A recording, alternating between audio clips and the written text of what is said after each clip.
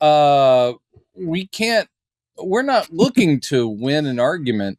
There's just so much we can say about a movie we've really enjoyed, and we're glad to hear from people that enjoyed it as much as we did. But also the discourse just continues. It goes on, and it is energy sapping just to go, well, I'm sorry you didn't like it. We did. Yeah. Or I'm sorry you're not even going to go see it because you've been told that it's Yeah. Sorry.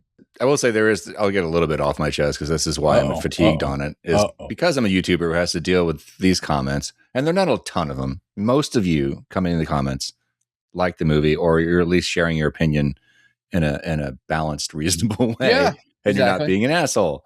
Just like, and I don't even know if they're actual Snyder Bros, but they're acting like Snyder Bros. So they come in and say, well, actually the movie's bad.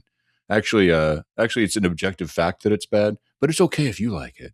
It's this kind of dickery like that, or just arguing with us, like just they really want their opinion to be the definitive, the end all fact about the movie, and they're like, guys, stop it. Just we express our opinions very strongly, and then we move on because that's what we do. But yeah, they're still opinions. The only objective fact I can state about Supergirl is that it's a movie. That is an objective fact. Arguments about quality, and those are interesting discussions, and you can have maybe a larger consensus of quality coming from reviewers or audience goers, but that's a whole other discussion. That is all subjective. I will say that at this point, you can also objectively say that it has financially underperformed, and so therefore, whether there are repercussions from that or what have you, that we can't answer. But in box office performance, as we've seen many times throughout history, is not indicative of quality. Oh no, it's not an indicator of quality or worth. Yeah, no. Exactly. I mean, and you can have that argument, but there are a lot of movies that didn't do well in the MCU that I thought, didn't get a fair rap, like The Eternals, for example. Exactly.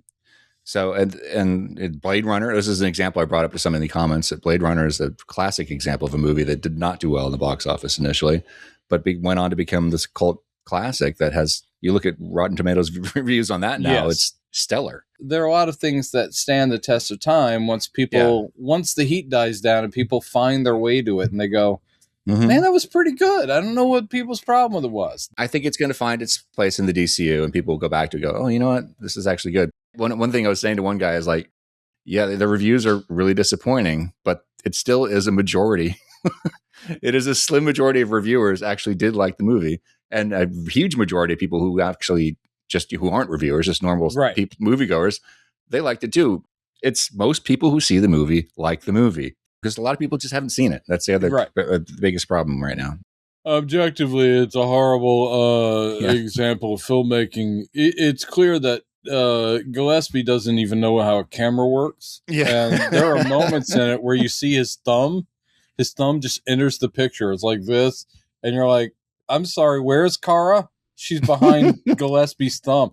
Sometimes it looks like he's literally just drawn onto a film panel, like literally frame by frame. And he's just like, ooh, and like a stick figure with hair, that's Supergirl. And then like this weird stick figure dog. And I'm like, what the hell? It's the worst film that's ever been made, objectively. Yeah. Objectively. Hey, guys out there in PSAPS land, always follow the P.